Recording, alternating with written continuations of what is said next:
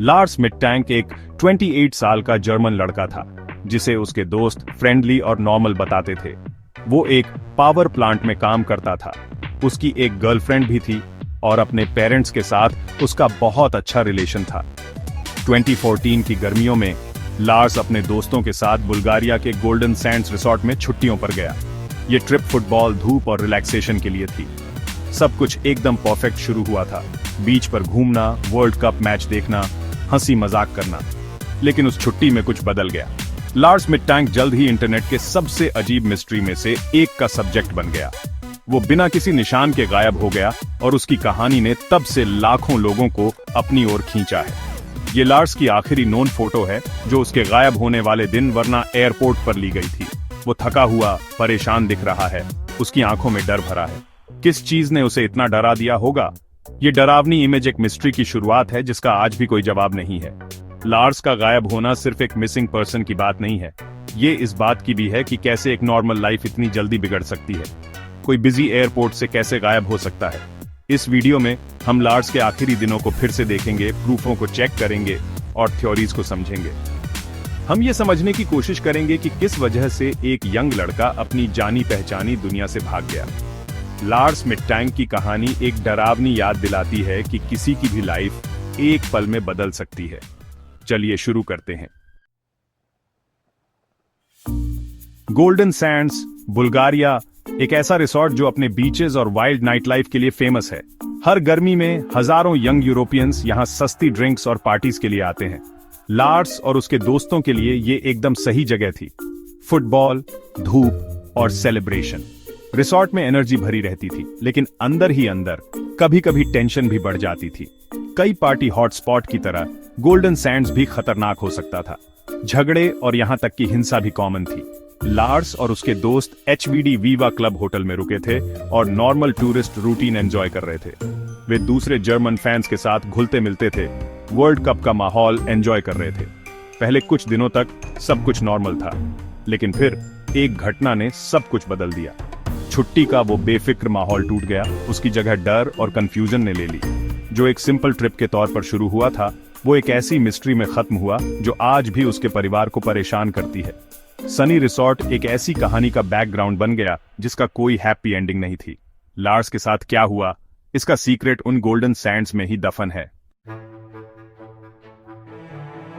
वरना airport, golden Sands का gateway, गर्मियों में यात्रियों से भरा रहता है।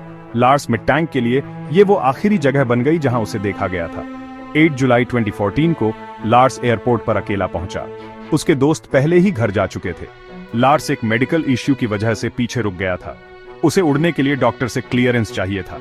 सिक्योरिटी कैमरा में उसे बेचैनी से टहलते हुए, परेशान होकर फोन कॉल करते हुए देखा गया।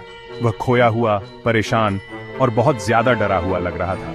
एयरपोर्ट अपनी कंटिन्यूअस निगरानी और ऑनर्डर के साथ सेफ होना चाहिए था, लेकिन लार्स के लिए यह उसके आखिरी बेताब हरकत का स्टेज बन गया। उसने एयरपोर्ट के डॉक्टर से मुलाकात की, फिर कुछ ऐसा किया जिसकी किसी ने उम्मीद नहीं की थी। एयरपोर्ट का कंट्रोल्ड माहौल अराजकता का सीन बन गया। टर्मिनल के अंदर लार्स की हरकतें हमारे पास आखिरी क्लू हैं। इसके बाद जो हुआ, उसने एक बिजी एयरपोर्ट को एक डरावनी मिस्ट्री का सेंटर बना दिया। यह आखिरी जगह थी जहां लार्स मिटटैंक को किसी ने देखा था।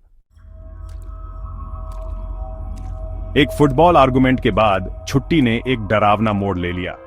लार्स, जो वर्डर ब्रेमेन का फैन था, बायर्न म्यूनिख का सपोर्ट करने वाले दोस्तों से भिड़ गया। जो एक फ्रेंडली मजाक के तौर पर शुरू हुआ था, वो अजनबियों के साथ एक रियल कॉन्फ्लिक्ट में बदल गया। उसी रात लार्स अकेला एक फास्ट फूड रेस्टोरेंट में गया। वहां उसकी कुछ आदमियों से लड़ाई हो गई। उसने दावा किया कि वे रशियन या बुल्गारियन थे, शायद राइवल फैंस ने हायर किए थे। लार्स के सिर पर चोट लगी, जिससे उसके कान का पर्दा फट गया और शायद जबड़े में भी चोट आई। इस चोट की वजह से वह अपने दोस्तों के साथ घर नहीं जा पाया। डिटेल्स अभी भी साफ नहीं है, कोई भी गवाह सामने नहीं आया। क्या ये एक रैंडम अटैक था या लार्स को टारगेट किया गया था? नतीजे रियल थे, दर्द, अकेलापन और बढ़ता हुआ डर। एक लोकल डॉक्टर ने एंटीबायोटिक्स प्रिस्क्राइब की और उसे उड़ने से मना किया। लार्स ने अपने दोस्तों को घर लौटने के लिए कहा और खुद बाद में बस से जाने की प्लानिंग की। अकेला, चोटिल और शायद चोटिल, लार्स एक विदेशी देश में कमजोर पड़ गया था। इस लड़ाई ने घटनाओं की वो चैन शुरू कर दी जो उसके गायब होने की वजह बनी। जो यंग लड़का मजा करने आया था अब अकेला और डरा हुआ था। उस रात सब कुछ बदल गया। दोस्तों के जाने के बाद लार्स एक सस्ते होटल में रुक गया और उसका डर लगातार बढ़ता जा रहा था।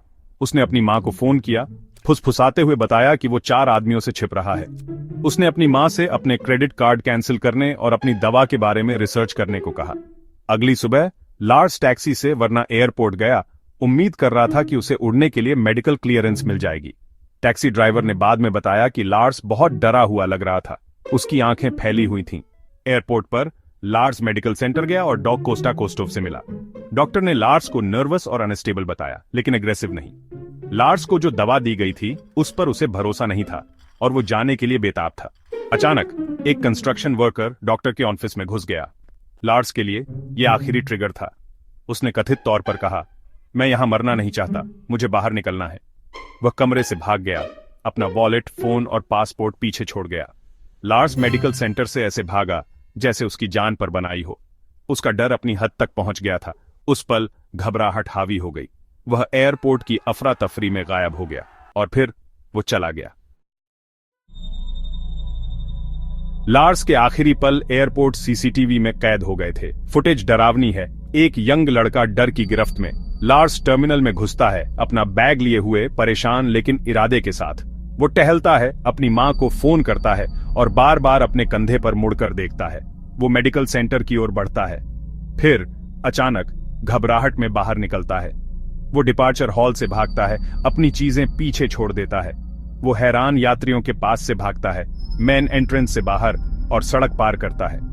बिना किसी हिचकिचाहट के वो 2 मीटर की कांटेदार तार की बाड़ को कमाल की स्पीड से पार करता है। दूसरी तरफ वो सूरजमुखी के एक बड़े खेत में गायब हो जाता है। कैमरे उसे देख नहीं पाते। ये आखिरी बार था जब किसी ने लार्स मिटटैंक को देखा था। वो खेत में भागा और गायब हो गया। कोई नहीं जानता कि आगे क्या हुआ। फुटेज इस केस में सबसे डरावना क्लू बनी हुई है। ये समय में जमी हुई एक मिस्ट्री है। लार्स क्यों भागा? क्या वो किसी रियल खतरे से बच रहा था या अपने ही दिमाग से भाग रहा था?